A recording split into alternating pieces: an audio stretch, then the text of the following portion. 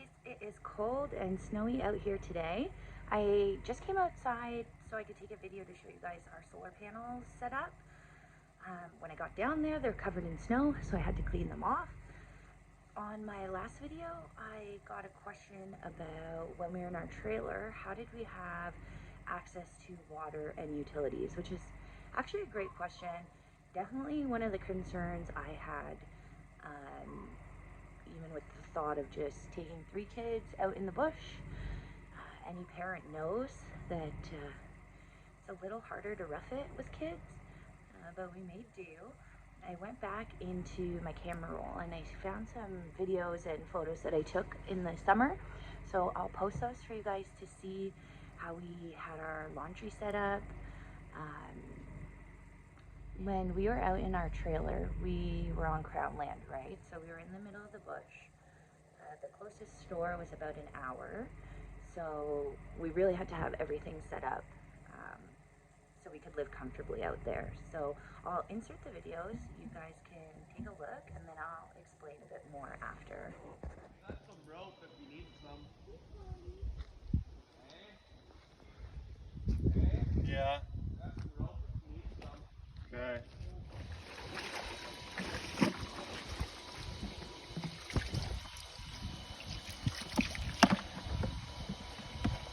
Doing a rinse. Where do you get that water from? Out at the lake.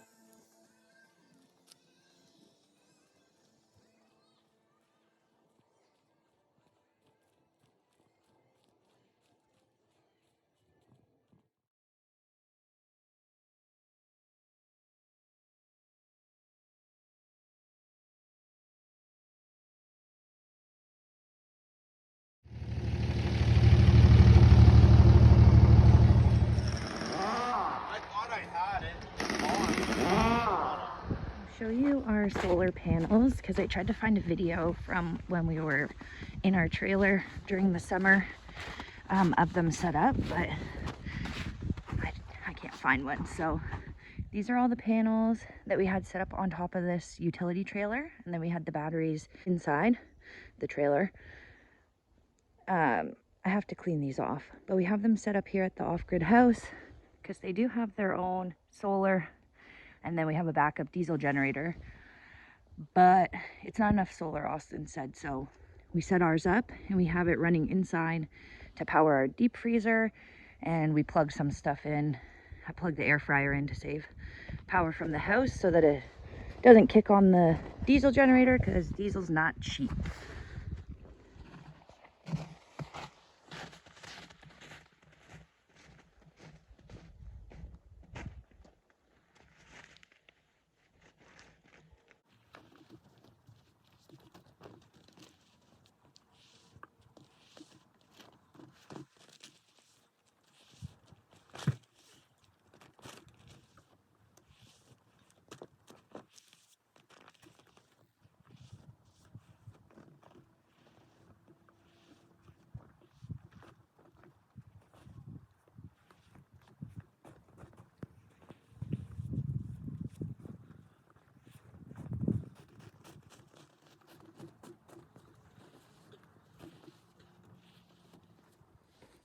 As you can see from the videos I went back and found from us living in the trailer in the summer, we were able to do our laundry in the middle of the bush, no problem.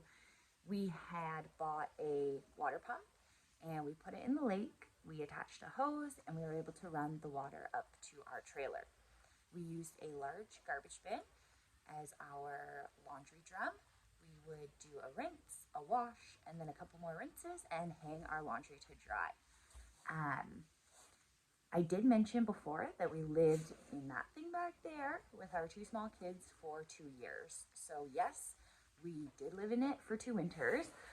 I still had to do our laundry, so I would just take our laundry over to the laundromat, and I was totally fine with that because Austin would stay back at the trailer, watch the kids. I would hang out in my truck while my laundry was washing, drink my coffee, play on my phone. In terms of getting water into this thing in the winter, though, that's a whole nother story, a whole lot more work. We would have to bring those large water jugs. We put them in the back of our truck, drive them down to our buddy's house, fill them up, put them back in the truck, bring them back up to the trailer, and dump them into the trailer by hand just so that we could have water to shower. Totally worth it, though. And to make sure that the water didn't freeze in the winter, we do have a furnace in there. It's ran on propane. We would detach like the heater vent, like the pipe, and we would put it under the floor, and that would heat the underneath. So Austin did make a skirt with insulation for around the bottom, and that heat from the furnace was enough to make sure that the pipes never froze.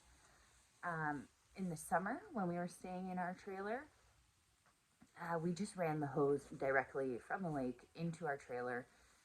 I know it's lake water, but to us it's the same thing as taking a bath in the lake, except you get nice hot water.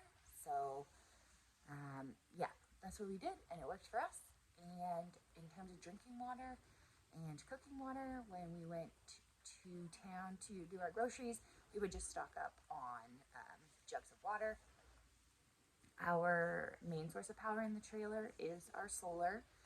We have 3 generators, so whatever generator was working best at the time, we would use as our backup power. So our solar was enough, but when you get a couple rainy, cloudy days, you do have to rely on another source. So that's, we relied on our generator. There's no Wi-Fi in the bush, obviously. Really bad service sometimes too. But Austin and I would hotspot our data from our phones to our PlayStation, which was hooked up to the TV in the trailer. So our kids were still able to watch Netflix, Disney, Prime, and my son loves to play video games. We were out in the bush, so we encouraged them to ride their bikes and swim and do all the fun things outside. But anyone could imagine living in this tiny space with 3 kids. If you've been cooped up for a couple days because it's not nice outside, you definitely want to find something else for them to do to entertain themselves for a little bit, so everyone doesn't go crazy. And I believe that's it. If you guys have any more questions or want me to clarify anything, please feel free to ask. We're happy to answer the questions. And so I do want to mention quick that when you stay on Crown land, you are only allowed to stay for 21 days. So every 21 days, you have to pack up and move to a new spot at least 100 feet away. So that does require work. Also, we have 2 trucks. One of our trucks pulls the big trailer and our other truck pulls the utility trailer. So we do have the majority of our household belongings in storage, but we obviously have a lot of stuff that we wanted to bring with us. So that's why we do the utility trailer, so that we can keep some of our stuff with us. When we get ready to move to a new spot, it takes us about a day to round up all of our belongings, pack them into the utility trailer, properly into the trucks, and organize the camping trailer so that we can pull the sides in and get it ready to transport. When we get to our new spot, it takes us about a day to unpack everything and set it up how we want it, so that we can live comfortably with all of our stuff set up for the 21 days until we have to move again. I'll finish this video off by saying thank you so much for sticking around and watching our videos. Make sure you go ahead and subscribe if you want to follow along with our future adventures, living off-grid, traveling in our trailer, and hopefully building our future off-grid home in the near future, but who knows what the future has in store for us.